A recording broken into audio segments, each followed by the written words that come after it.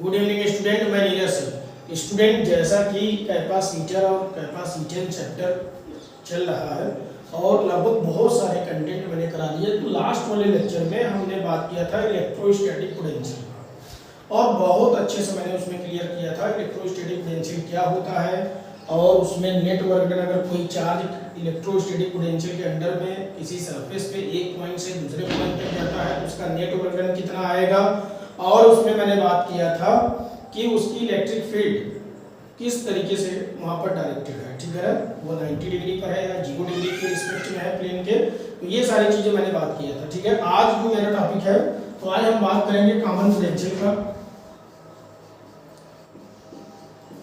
तो common potential एक बहुत इंपॉर्टेंट टॉपिक है, ठीक है।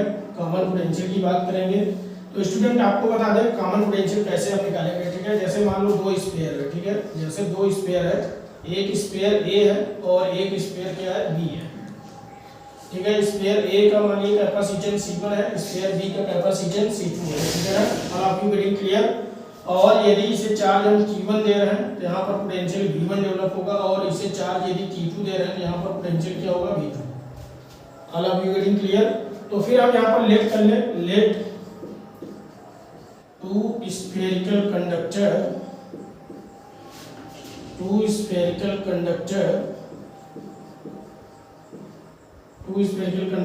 of capacitance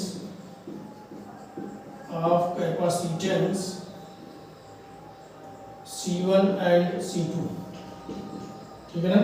तो दो स्फेरिकल कंडक्टर है जिनके कैपेसिटेंस क्या है, C1 and C2 है, ठीक है। और उसके बाद यहाँ पर आप क्या देख रहे हैं कि जैसे यहाँ पर अगर वोल्टेज की बात किया जाए, ठीक है ना, तो हम यहाँ पर बात करेंगे वोल्टेज का। तो जैसा कि जो भी चार्ज दिया जा रहा है, तो जैसे चार्ज पहले वाले वो Q1 दे रहे हैं, Q1 इक्वल टू क्या हो जाएगा, C1 V1, एंड दूसरे को Q2 चार्ज दे रहे हैं तो Q2 बराबर C2 V2, ठीक है। तो देयरफॉर टोटल गिवन चार्ज कितना हो जाएगा, तो टोटल गिवन चार्ज की अगर बात करें तो देयरफॉर Q बराबर क्या हो जाएगा, Q1 प्लस Q2 या फिर C1 V1 plus C2 V2।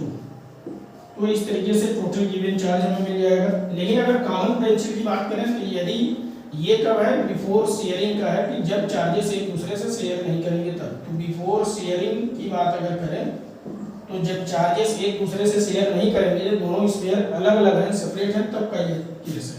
अगर मान लीजिए दोनों स्फीयर को हम किसी एक वायर से कनेक्ट कर दें, ठीक है, किसी एक नेगलेक्टेड वायर से कनेक्ट कर दें और फिर इनको चार्ज Q1 दिया जाए और इनको चार्ज जो है Q2 दिया जाए, तो दोनों का पोटेंशियल क्या हो जाएगा, कॉमन।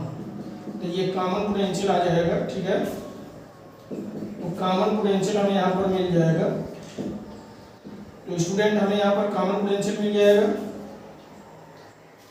और कॉमन पोटेंशियल यदि मिल गया तो कॉमन पोटेंशियल किस पर डिपेंड कर रहा है, तो therefore common potential V equal to क्या हो जाएगा, तो टोटल चार्ज अपॉन में total capacitance.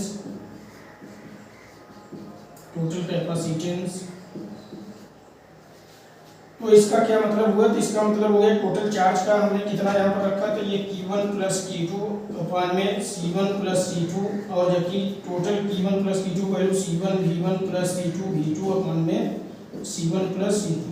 All of you getting clear. तो इस प्रकार से हमें यहाँ पर मिल जाएगा क्या, एक कॉमन पोटेंशियल मिल जाता है। तो कॉमन पोटेंशियल कितना आ गया स्टूडेंट, तो कॉमन पोटेंशियल मिल गया C1 V1 plus C2 V2 upon में C1 plus C2। All of you getting clear. तो एक बार फिर से हम बात करते हैं कॉमन पोटेंशियल का। तो जैसे मान लो दो स्फेरिकल कंडक्टर है एंड जिनके कैपेसिटेंस क्या है, C1 एंड C2 है, ठीक है। एक स्फेरिकल कंडक्टर A है और दूसरा क्या है, B है, ठीक है।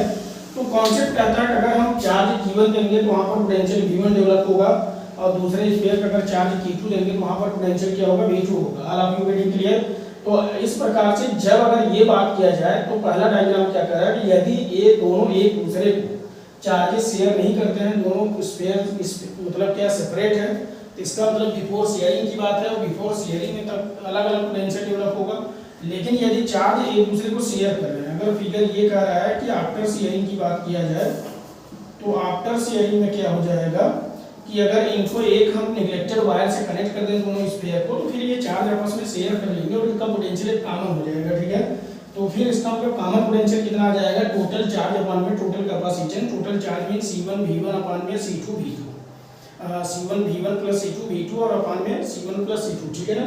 तो ये कॉमन पोटेंशियल आ गया। लेकिन अगर यहाँ पर एक सवाल और उठ रहा है, तो क्वेश्चन ये हो रहा है कि जो ये रीडिस्ट्रीब्यूशन ऑफ चार्जेस यहाँ पर हुआ, क्योंकि यहाँ पर फिर से चार्जेस रीडिस्ट्रीब्यूट हुआ, तो रीडिस्ट्रीब्यूशन ऑफ चार्जेस किस पर डिपेंड करता है, ठीक है स्टूडेंट। तो जैसा कि द रेशियो, ठीक है, the ratio of redistribution of charge, redistribution of charge, तो क्या हो जाएगा, तो Q1 अपॉन में Q2 equal to C1 V upon में C2 V, तो V से V कैंसिल हो जाएगा, तो Q1 अपॉन में Q2 इक्वल टू क्या हो जाएगा, C1 अपॉन में C2, ठीक है ना। इस प्रकार से आपने देखा कि redistribution of charge ratio that is the depend on the ratio of their capacitance, तो जो भी रिस्पेक्टिवली कैपेसिटेंस होगा उसके रेशियो पर कौन डिपेंड करेगा, चार्ज का रेशियो। तो रीडिस्ट्रीब्यूशन के दौरान during the redistribution of charge and the charge ratio that is the also depend on the ratio of capacitance. इससे एक बहुत बेहतरीन क्वेश्चन बनाया जा सकता है। क्वेश्चन ये बन सकता है कि यदि आपको दो स्फेरिकल कंडक्टर दिया है और आप कैपेसिटेंस मान लीजिए 5 माइक्रोफैरड एंड मान लीजिए 10 माइक्रोफैरड कैपेसिटेंस अगर दिया है, ठीक है ना, और कंडीशन ये है, मान लीजिए ये C1 है और यहाँ पर ये C2 दिया है, और कंडीशन ये है कि इफ द, ठीक है ना, if the 20 microcoulomb charge given to sphere first, तो फर्स्ट स्फीयर को जो है कितना हम चार्ज दे रहे हैं, 20 माइक्रोकूलम, तो फिर व्हाट इज द चार्ज, ठीक है ना, गिवन, ठीक है ना, तो वो चार्ज क्या दिया गया होगा दूसरे वाले स्फीयर को B को, तो B को कितना चार्ज दिया गया, तो इस प्रकार से क्वेश्चन यहाँ से निकाला जा सकता है। तो आपने देखा कि Q1 कितना है 20 माइक्रो, तो इसका मतलब -6 और अपॉन में Q2 निकालना है, और C1 कितना है, तो 5 है, ठीक है, और ये 10 माइक्रो है, ठीक है, तो 5 2 जा 1/2 आ गया, ठीक है, तो Q2 बराबर कितना हो जाएगा, तो 20 × 2 और इंटू 10 पावर -6, तो यहाँ पर कितना आ गया 40, इसका मतलब 40 माइक्रोकूलम चार्ज जो है सेकेंड वाले स्फेरिकल कंडक्टर को दिया गया होगा कि जब उसका पोटेंशियल क्या हो गया होगा, कम। All of you getting clear.